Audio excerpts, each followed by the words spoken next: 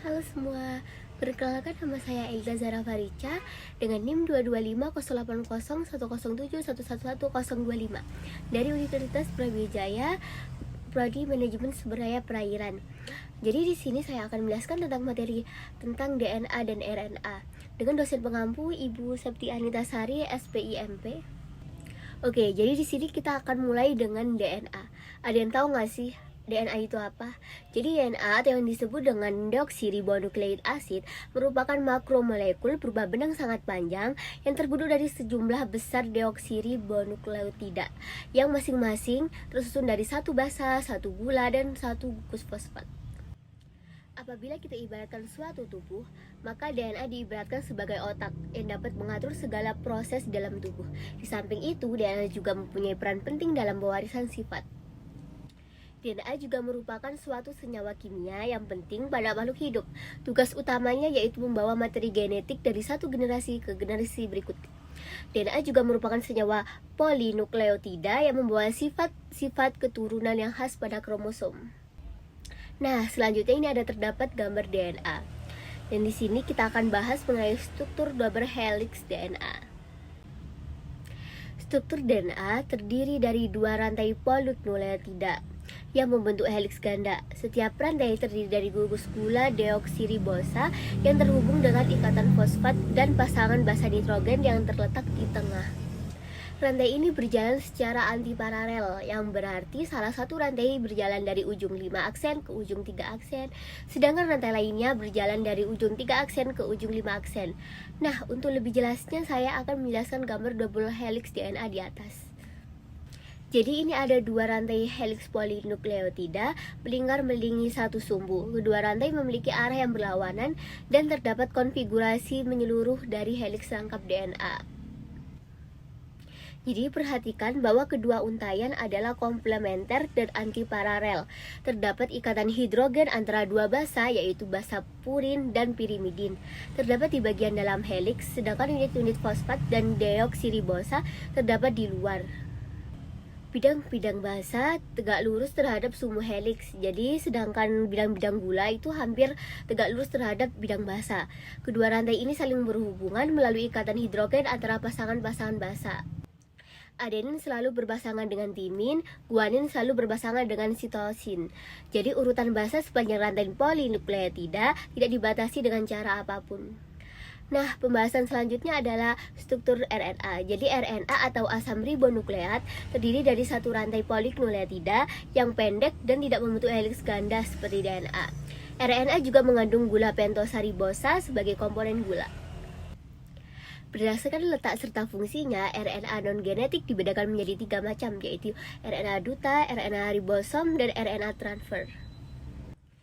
RNA duta atau messenger RNA atau yang biasa disebut mRNA merupakan asam nukleat yang terbentuk pita tunggal dan merupakan RNA terbesar atau terpanjang yang bertindak sebagai pola cetakan pembentukan polipeptida. Fungsi utama mRNA adalah membawa kode-kode genetik dari DNA ke ribosom. mRNA juga berfungsi sebagai cetakan dalam sintesis protein. Selanjutnya yaitu RNA transfer atau tRNA, merupakan RNA terpendek yang bertindak sebagai penerjemah kodon dari mRNA. Selain itu, tRNA juga berfungsi mengikat asam-asam amino yang akan disusun menjadi protein dan mengangkut ke ribosom. Nah, yang terakhir ini adalah RNA ribosom atau yang disebut rRNA. Merupakan RNA dengan jumlah terbanyak dan penyusun ribosom. RNA ini berupa pita tunggal tidak bercabang dan fleksibel. Lebih dari 80% RNA merupakan rRNA. Oke, selanjutnya ini ada perbedaan DNA dan RNA. Jadi yang pertama yaitu letaknya. DNA ada di inti sel, RNA berletak di inti sel, sitoplasma, dan ribosom. Dan yang kedua adalah perbedaan bentuk. Kalau DNA pita spiral ganda, kalau RNA pita tunggal. Yang ketiga adalah perbedaan komponen gula.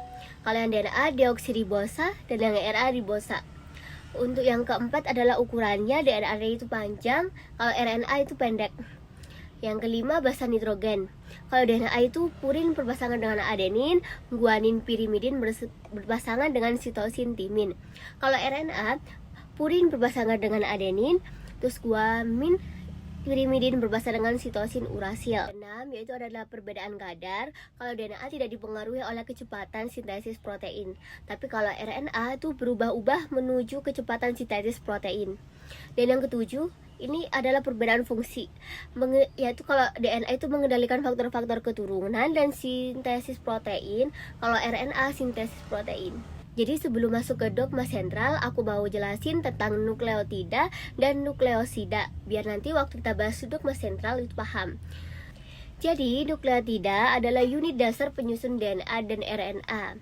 Setiap nukleotida terdiri dari 3 komponen utama, yaitu gula pentosa yang terdiri dari deoksiribosa dalam DNA dan ribosa dalam RNA, yaitu ikatan fosfat dan basa nitrogen. Kalau nukleosida adalah bagian nukleotida yang terdiri dari gula pentosa dan basa nitrogen. Gula pentosa dalam nukleotida dapat menjadi deoksiribosa atau ribosa tergantung apakah itu adalah DNA atau RNA. Oke, berikutnya kita akan masuk ke dogma sentral. Dogma sentral molekuler adalah prinsip dasar dalam biologi molekuler yang menjelaskan aliran informasi genetik dari DNA ke RNA dan kemudian ke protein. Proses ini meliputi replikasi DNA atau pembentukan salinan identik DNA, transkripsi pembentukan RNA berdasarkan cetakan DNA, dan translasi, itu penerjemah RNA menjadi urutan-urutan asam amino dalam protein. Oke, di sini sudah terdapat gambar dogma pusat dari genetika molekuler. Anak panah yang menggambarkan arah arus itu informasi genetik. Kalau garis yang melengkung itu menunjukkan keadaan-keadaan khusus yang menyimpang dari bagian ini. Jadi ini ada 3 proses utama yang terlihat pada gambar, yaitu ada replikasi, transkripsi, dan translasi. Oke, jadi yang pertama adalah proses replikasi, yaitu yang mencakup rangkaian secara linear satuan-satuan monomer DNA untuk membentuk replikat atau kopian yang tepat dari rangkaian struktur DNA yang lama. Proses ini memungkinkan pembentukan 2 molekul anak DNA selama pembelahan sel, masing-masing 1 kopian yang tepat dari induk DNA. Jadi yang kedua, ini adalah proses transkripsi, yaitu yang menyangkut rangkaian secara linear satuan-satuan monomer RNA atau ribonukleotida dengan menggunakan suatu bagian yang khas yang kecil dari untaian DNA sebagai model. Jadi molekul RNA tidak saja menyediakan cetakan kerja bagi biosintesis protein, tapi juga bekerja sebagai pembawa istimewa untuk asam amino serta juga memperlengkapi tempat tautan di mana sintesis protein akan berlangsung.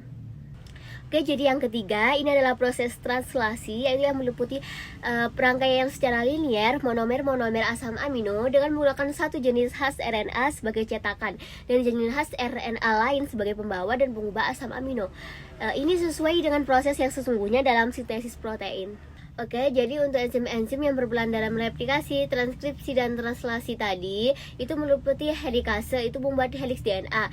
DNA polimerase itu untuk menggabungkan nukleotida dalam replikasi DNA. Terus DNA polimerase untuk mensintesis RNA dalam transkripsi.